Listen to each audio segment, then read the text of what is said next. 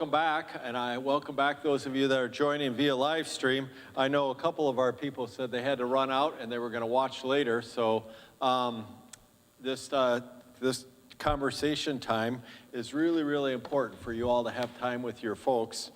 And one of you came up to me and said, hey, you know, has there ever been a country, has there ever been a time when things have been worked out perfectly as the Christian church? And the answer to that is no. We are broken as people. Jesus was dealing with the issues because here they are walking with Jesus, his own disciples, and struggling with this. So if I came across as being very particularly bent against American Christianity, I apologize. That was not my intent. My intent was for us to understand that there are some consequences for the approach that we take. And as a Christian nation, how we've handled some of the teachings of Jesus have been interesting from my vantage point. So back to your groups, you had some good conversations. Maybe there were some questions. I know I received some questions in the email from one of you, but I think this is the time. Let's get them out on the table. We'll spend a few minutes powwowing. Did you write down questions, or are you going to just voice them from the crowd? Dave, did you guys have anything written? No, we did not. Okay, and Grace had to go across to the mainland. Did ladies, anything written down? No? We didn't write it down, but we did. The major question I think that we all had was when it said that he would separate the believers from the hypocrites on Judgment Day. Yeah. Does that mean that you don't go to heaven until, if you die before Judgment Day, do you go to heaven? That is a great question, and I think that was one of the questions that came up in the emails that were sent to me this week. And this is a really, you could tell, this is one that has been debated, right? Because have you heard of the topic of purgatory? But that's suffering, that's not the same thing. Have you heard about, and maybe you've heard about, other subjects like rapture and all of this? What happens? So what I would tell you is we are now delving into some things that Scripture addresses pretty clearly. And then we're also delving into some things that, man, I sure wish there was more information. So let me show you the tension. When Jesus is on the cross, he says to the thief, today you will be with me in paradise. So the thief died that day. Was the thief with Jesus in paradise? According to Jesus. Now here's the crazy thing. Where was Jesus that day? Well, after that day. He's in the tomb. He's dead. Jesus rises on the third day. So all of a sudden now you're like, well, wait a minute. He said, today you'll be with me in paradise, right? So the tomb's not paradise.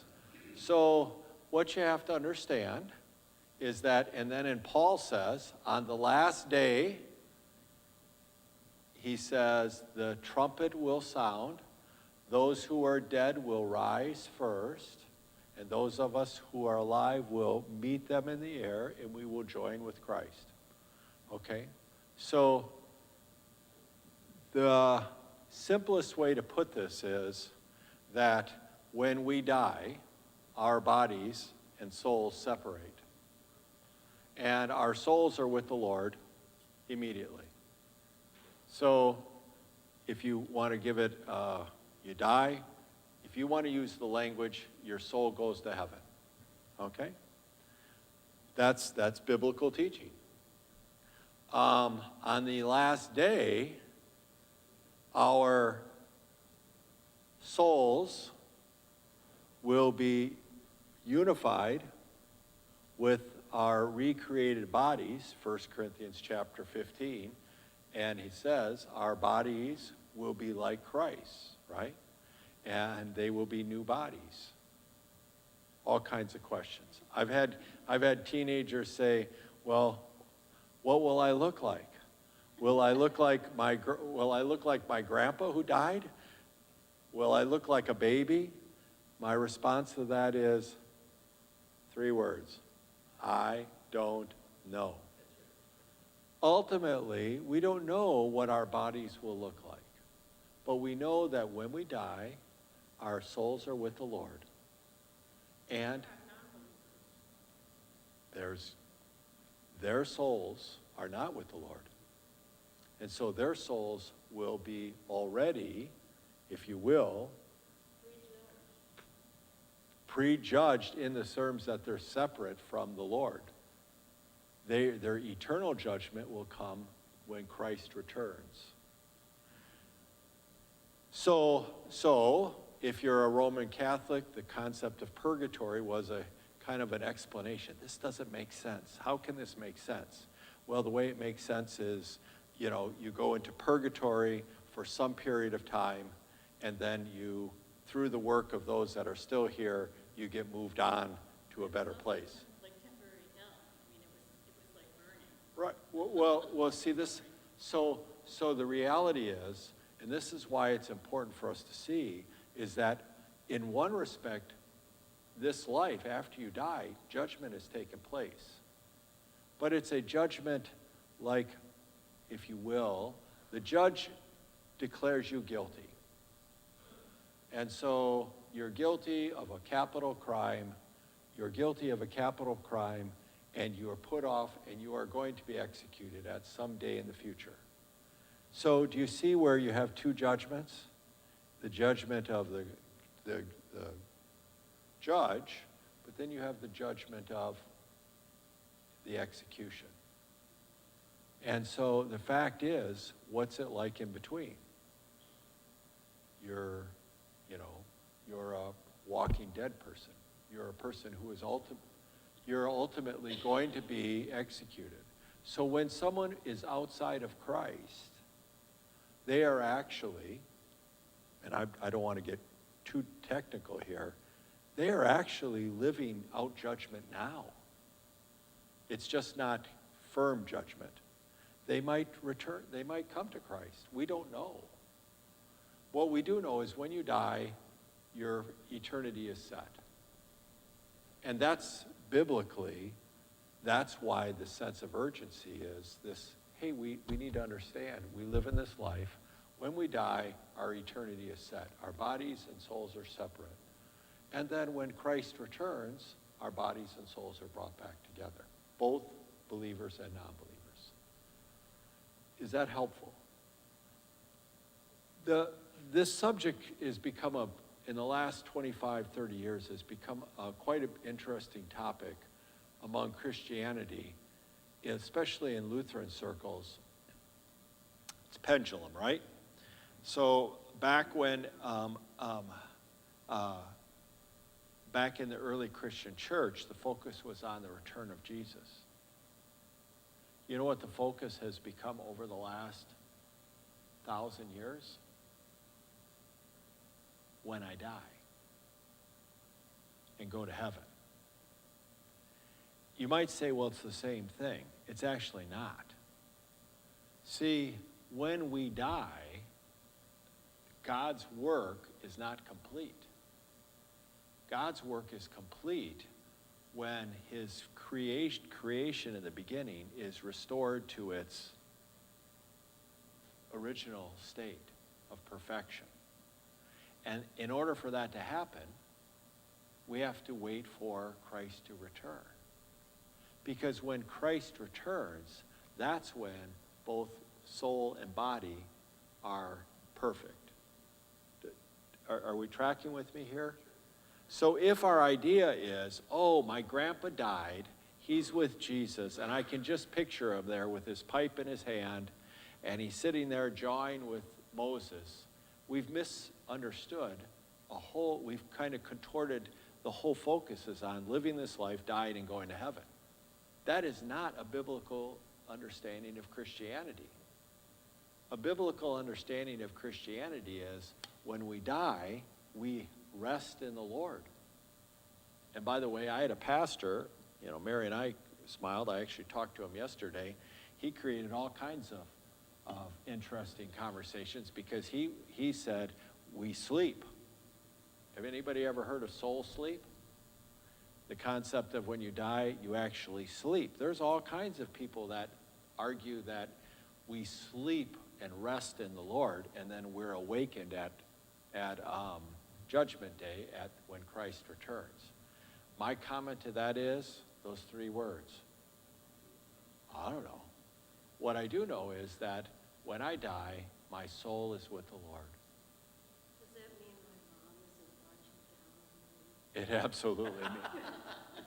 No, Isn't that good? well, and I say that because actually, that's another thing that has happened with this idea.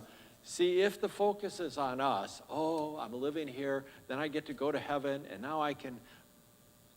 And Jesus dealt with this, with the story of Lazarus and the rich man. We do not, people who die don't sit here and say, all right, I think you're gonna be able to get that job. I'm pulling for you. I'll talk to the big guy. This is our whole understanding of the Christian life is not so much about when we die, it's about when Christ returns. When Christ returns, the Christian message is all of those things that are wrong are going to be righted. And that's where it gets hard because we have been raised with a whole different understanding of life. Life is we live, we die, we go to heaven. Life is we live, we die, we go to hell. And if you're Billy Joel, I want to laugh with the sinners than cry with the saints. I'd rather go to hell. And he's not alone. Is that what Frank said? Frank did it his way. Yeah, well, maybe, yeah. Yeah, my point is that ultimately this lesson is a challenge because Jesus, at the end of his ministry, is trying to make it very clear. There is a master. There are servants. He sees himself as one who is subject to the master. And he's trying to give encouragement to his disciples because he's going to die and he is going to leave them at the ascension.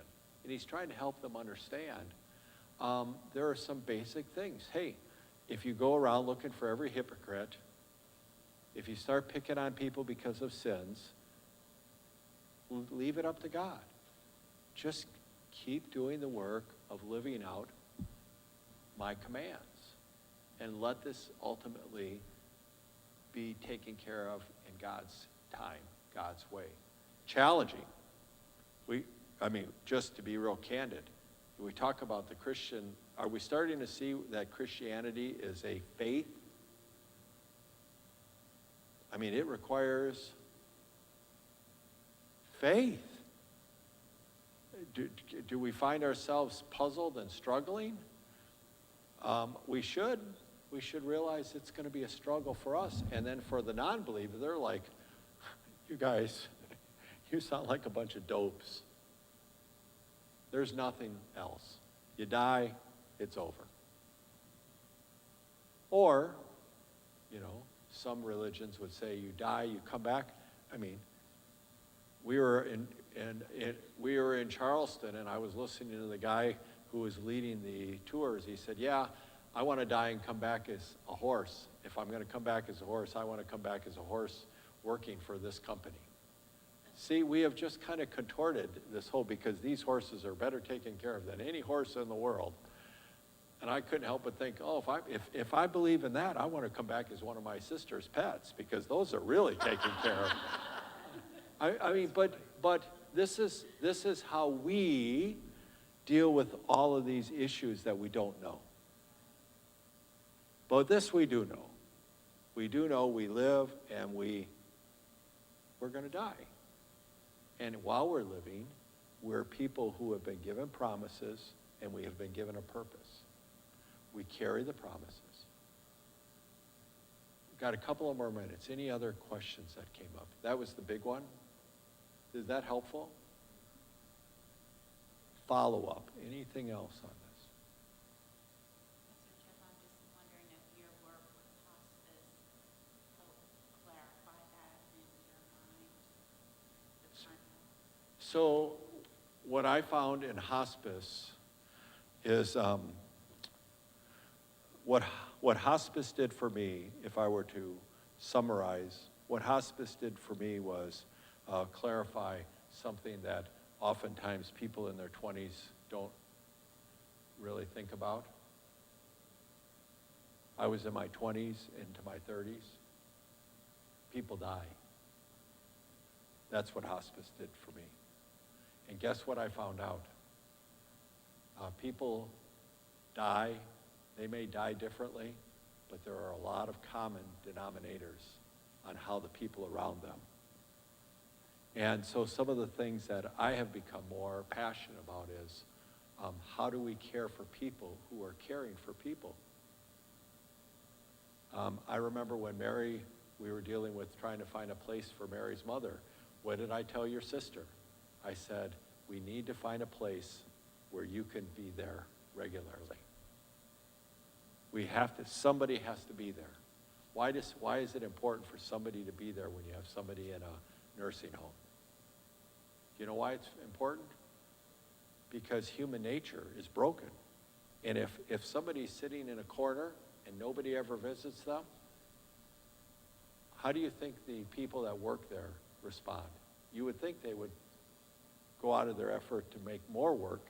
They would go find that person and give them more help. It is so terrible. It's just the opposite. The people that are cared for the most are the people that have family members and friends who visit them. So what hospice did for me is to help us understand that life, people's lives, where it ends up at, is really a kind of a, first of all, we're going to die. Second of all, we want to help people to know that they don't have to die alone. The Lord's promises are real.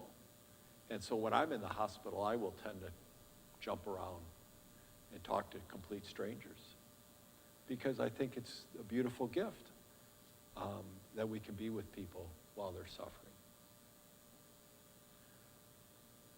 Next week, I'd like to say it gets easier. Next week is another challenging set of parables. But we all signed up for. We want to study parables. Who's you did?